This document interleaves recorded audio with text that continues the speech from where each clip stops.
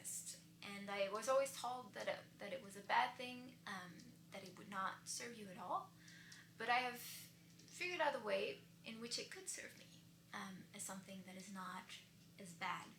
However, sometimes you just have a bad day and things don't go as you plan, and it can also extend to a number of days. And I feel, especially in the time where we're living in with the whole pandemic and all the other worries that we have, I feel like my mental state is a bit harder to maintain as positive as I would like it to be.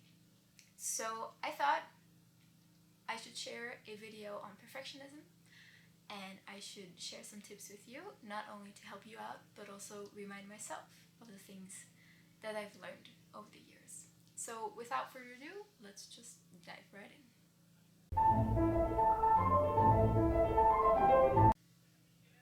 Perfectionism, most like any trait, has a good side and a bad side. The good thing is that you are willing to achieve greatness, and you want to be successful, and you strive for quality, all that good stuff. However, if you're not careful, you can be so self-critical that you tend to push yourself into a mental illness. You can have a huge fear of failure. You can be overly dependent on positive feedback of others and not trust enough in your own capabilities. So that is what we are trying to avoid right now. And what I've learned over the years is that perspective is key to making sure that you just aim for the best, but do not dwell in the positive feedback of others, or that you dwell in self-critique. So, example. Over the last couple of years, well, maybe first as a kid, I loved performing. There was not a hair on my head that was thinking of making mistakes. I just loved the thrill of stepping on stage and sharing music with people. The older I became, the more aware I was about the people that are listening to me, but also about my peers, about what it means to have a bachelor's degree and then a master's degree. And I felt like stage fright was getting more and more of an issue, mostly because when I was stepping on stage, I was so worried about making mistakes, about forgetting notes, about forgetting some things in the music. And I noticed that my practice itself also was aimed towards not making mistakes and not forgetting any notes. So it kind of multiplied itself, and my stage fright just got worse and worse. So what I now try to do is whenever I get on stage, is I would try and just go back to that feeling of sharing music, telling the story, and sharing emotions with people. And when I'm in that mindset, everything just seemed to work out perfectly. And that is what makes me so less fearful and more happy about stepping on stage again. I'm getting distracted because my camera is telling me that I only have 3 minutes of camera space left. So I will go ahead and erase some stuff, and I'll be right back with you. My second tip is probably something you've heard for a long time, but learning to let go really pays off. Don't get me wrong, I'm still in the process of mastering it myself, and it is not easy, yet it is doable.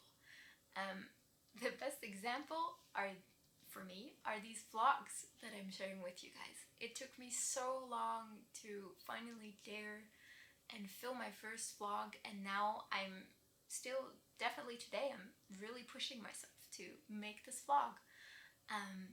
But in the long run, sure, it's never really perfect. I say a lot of and I need to reshoot a lot of whatever I'm saying because I lose track of my thoughts or I can't figure out the English word. But still, if I look back on my first vlog as to now, I've learned how to make an intro video. I learned how to make all these little titles with some background music, and hopefully now I will be able to edit out some background noises because there's a lot of people working outside on the house and it is wildly distracting. I guess I just have a lot of distractions today, and maybe that's the universe trying to teach me something. I don't know. But anyway, I'm trying to let go and just share my thoughts on perfectionism with you today. And so far, if I am able to upload this by Friday, then I will be glad because I have succeeded. So learn to let go. It usually really pays off, even though it is not easy.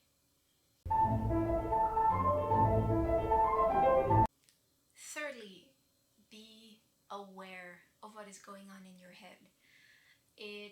Well, I've already talked a bit about this in a previous vlog, but still, it's definitely those little thoughts that would go by unnoticed that are important. Usually those are the ones in which you are most harsh to yourself, or that if you pay attention to it, you're like, wow, this sounds really unfriendly.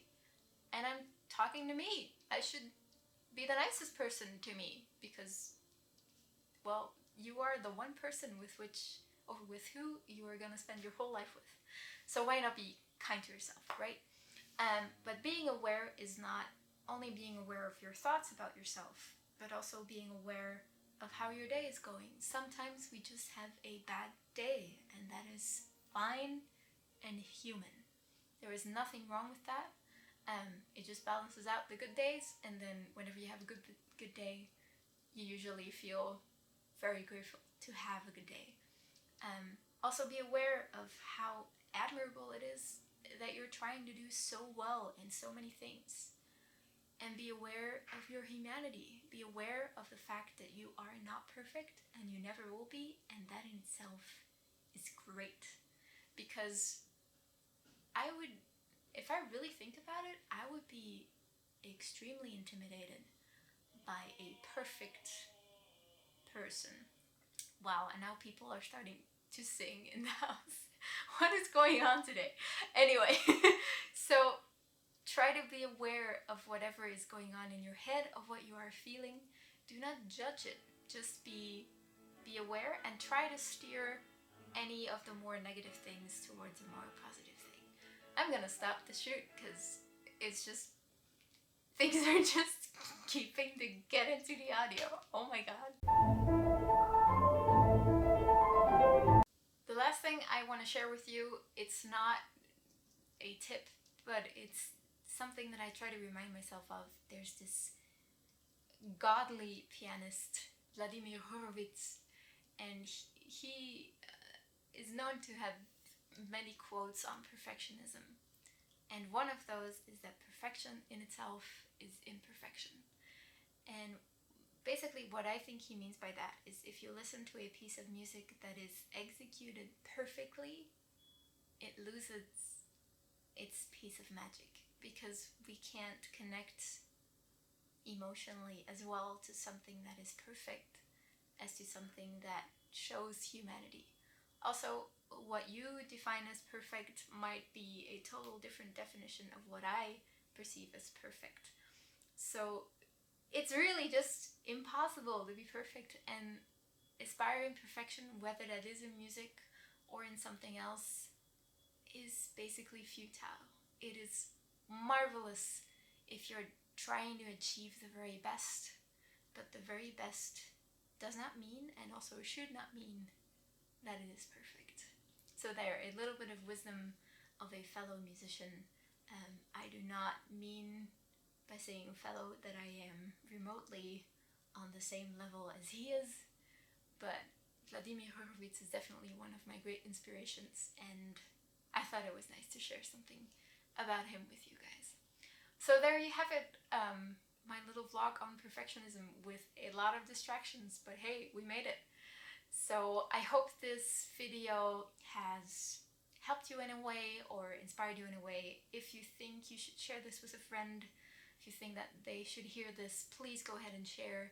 Leave a comment below, leave some tips of your own below, or your own experience with perfectionism. As always, I would love to hear from you. And if you like, subscribe to the channel, leave a like. That will certainly help me make a more sustainable income as a musician. So there we go. Thanks so much for watching, and I hope to see you very soon in the next video. Bye bye.